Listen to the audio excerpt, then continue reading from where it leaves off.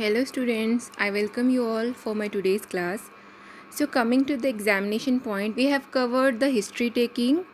We are dealing with the clinical examination history taking. So after taking a proper history of a patient, how to take history we have covered in our previous classes, how to take history, and after taking history how to go for examination. So we have covered the history taking and the examination point, and especially the gynecological examination methods in detail. So after taking a proper history and doing a proper gynecological examination, a physician or a gynecologist will come to an idea or will come to a diagnosis which is called as a provisional diagnosis. So to confirm that diagnosis we need help of certain diagnostic procedures. We need to send patient for certain investigation to come to a conclusion. So with the history taking and examination, whatever the points come to our mind, that is called as a provisional diagnosis, and we need to differentiate it from the other similar diseases by considering the differential diagnosis. And after that, how to differentiate in differentiating the diagnostic points, the diseases of other diseases which look similar or which have similar symptoms. We need help of different diagnostic procedures like lab investigation or certain screening procedures or certain bacteriological examination to confirm a diagnosis. To confirm a final diagnosis we need help of certain procedures. So today we will be dealing with the diagnostic procedures. Okay, so for the confirmation of diagnosis or erring in a cases with a diagnostic difficulty, certain ancillary aids are required. Those are nothing but the diagnostic procedures or the different investigations which are needed. So whenever the point or the think of investigation comes, a doctor always start thinking from the common investigation, always should start from thinking from a common or the basic investigations, like from the starting from the blood values if it is needed, like HB estimation, HB percentage should be done in all cases of excessive bleeding. If a patient is suffering from excessive bleeding, then what are the common blood values or the blood investigation you can send is you have to see the HB percentage of that patient, whether the HB is normal or she is becoming anemic, whether HB is getting reduced, anemic. There are different types of anemia, different categories of anemia, like mild, moderate and severe. So depending on the HB percentage we can say whether she is suffering from mild anemia, moderate or severe type of anemia. Then we can plan our treatment accordingly. So HB estimation is needed in cases of any bleeding or excessive bleeding cases. Then TCDC, that is a total and differential count of white blood cells, is also important, and ESR all helpful in diagnosing of pelvic infection. So in cases of any infection, especially in gynecology, PIDs or the pelvic inflammation or infections are important. So in cases of pelvic infection, what happens is TCDC and ESR will be raised. So these investigations are needed in those cases. Serological investigations including the blood for VDRL to be done in the selected cases of HIV. If you are doubting for HIV, then you can send patient for serological, that is with the help of serum, blood serum. We are going to do certain investigation, like VDRL is necessary in cases of HIV patients to diagnose HIV. Platelet count and bleeding and coagulation time are helpful in pubertal menorrhagia. So pubertal menorrhagia is if a girl is suffering from menorrhagia in the puberty age, is the pubertal menorrhagia. Then you have to also think of the blood related disorders like bleeding disorders, whether her platelet is less or BTCT, bleeding time, coagulation time, to rule out any coagulation defect in her is very very important. Then after doing all these common blood routine investigations, we can even come to the next investigation, which is nothing but the urine routine and microscopic examination. It is needed for the presence to know the presence of proteins, sugar, pus cells, cast are to be done. In presence of excess vaginal discharge, it is preferable to collect the midstream urine. So most of the time whenever the female is suffering from the excessive vaginal discharges, then what happens, we cannot collect the urine, or the urine gets mixed with the discharges, vaginal discharges. So it is better to avoid the first stream. You have to collect the midstream of the urine to protect or prevent the entry of the discharges into it. Then coming to the urethral discharge, you can go for the investigation of a urethral discharge also. The method of collection is with a sterile gloved finger. The urethra is squeezed against the symphysis pubis from the behind forward. The discharge through the external urethral meatus is collected with the sterile swabs. One swab may be sent for culture and other to be spread onto a slide, strain and examine under the microscope. If you are suspecting any STDs or any urethral infection, especially in cases of STDs, you can go for the urethral discharge test. The next, coming to the vaginal or cervical discharge, which is very important in gynecology.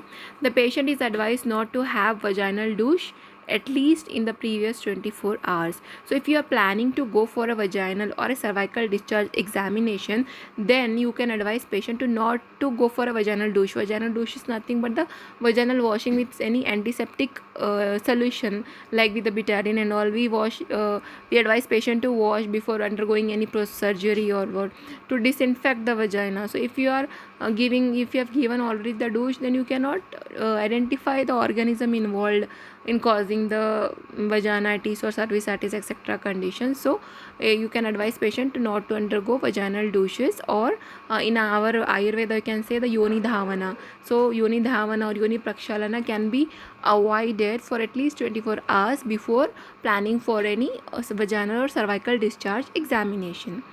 Then how to collect is, yes, it's collected with the at the I have already explained in that point of examination that the per speculum examination it is needed, and always the per speculum examination should be performed before performing the per vaginal examination. Why? Because in the if you perform the speculum examination at the same time, you can collect the discharges for any in examination purpose. So Cusco's bivalve speculum is introduced without lubricant, and you should not use any lubricant if you want to take the swab for examination. And prior to internal examination, that is prior to pervaginal or bimanual examination, the material collected in the posterior blade or from the cervical canal, as the case may be, is taken either by a platinum loop or by a swab stick. So you can collect the cervical discharges by the help of a swab stick or with the platinum loop. Then for culture, the next is after collection you can go for the culture of that swab. The cotton swab stick is put in a sterile container with a stopper and is to be sent immediately to the laboratory. If you are collecting for the culture, then you have to, how to collect is, you have to collect the sample with a cotton swab stick, and after that you have to keep it in a sterile container and immediately you have to send that sample to the laboratory. The culture is usually unnecessary in vaginal infections. For trichomoniasis, which is one type of vaginal infection, Cuthbert's media or Feinberg's Whittingham media is used. And for Candida albicans, if you're suspecting candidiasis, then Nickerson's or Seborrhoeids media is used. So coming to the method of examination, identification of organism in the slide. First, the Trichomonas vaginatis. If you are suspecting a Trichomonas vaginatis infection, then how to identify the trichomonads in the laboratory? The material is dropped over a slide. So whatever the material we have collected with the speculum examination, that material is to be spread over a slide and then mixed with a 1 drop of normal saline. So here what you are using is a simple normal saline we are using, and we are putting only 1 drop of normal saline. It is then covered with a cover slip. Then actively we have to observe it under the microscope. Actively motile trichomonads can be seen under microscope easily. It can be effectively visualized after staining with 1% brilliant cresol violet. Leukocytes and other bacteria will not take up the dye. So if you want to stain it, you can use the crystallite violet solution 1%. So here you can see the Trichomonas vaginatis, how these organisms look like. See, their shape is somewhat Trichomonads, triangular with the flagella at the end. See, they have the 4 flagella anteriorly and with a single nucleus and vacuole in between, and it also associated with some other types of bacteria. See how it looks like in the microscope.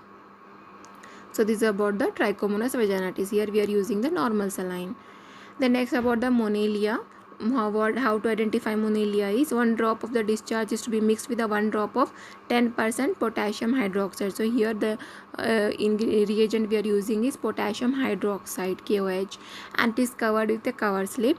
The mycelia of the fungus can be seen under the microscope. Alternatively, the discharge is spread over a slide, dried, and stained with methylene blue. So here for staining we are using a methylene blue dye to demonstrate the mycelia. See here, the methylene blue is spread, and you can see here the mycelia. So this is about the examination of the organism causing the vaginal infections. Here one clip is there about the wet mount test. I'm going to show you the wet mount test. So here the method of preparation of the slides. Gloves. A sample from the test tube is placed on a slide and covered with a cover slip. Using a 40 power lens, the sample is inspected for epithelial cells, which are cells that will have flat, clear, and crisp borders, yeast, which will be budding and branching, clue cells, which will be cells in which bacteria obscures the borders, trichomonas, in which you will see moving flagella, and the cells are slightly bigger than white blood cells. If bacterial vaginosis is suspected, a vaginal pH collected during the pelvic exam and a whiff test are performed. A few drops of KOH are added to a test tube. If positive, the odor of the tube will change to a fishy smell. If yeast is suspected during examination, then a KOH prep is used. A slide is prepared in the same method as before. For epithelial cells, which are cells that will have flat, clear, using a 40 power slide and covered with a cover slip. Using a 40 power lens, the sample is in wet prep room. Wear gloves. A sample from the test tube is placed on a slide and covered with a cover slip. Using a 40 power lens, the sample is inspected for epithelial cells, which are cells that will have flat, clear, and crisp borders, yeast, which will be budding and branching, clue cells, which will be cells in which bacteria obscures the borders, trichomonas, in which you will see moving flagella, and the cells are slightly bigger than white blood cells. If bacterial vaginosis is suspected, a vaginal pH collected during the pelvic exam and a whiff test are performed. A few drops of KOH are added to a test tube. If positive, the odor of the tube will change to a fishy smell. If yeast is suspected during examination, then a KOH prep is used. A slide is prepared in the same method as before, then a drop of KOH in the brown bottle is added. This allows the branching hyphae to be visualized. And that's how you do a wet prep. Place a sticker in the book with your findings, then come tell a resident. And remember, if you are unsure at all about what you see, ask for help. We would be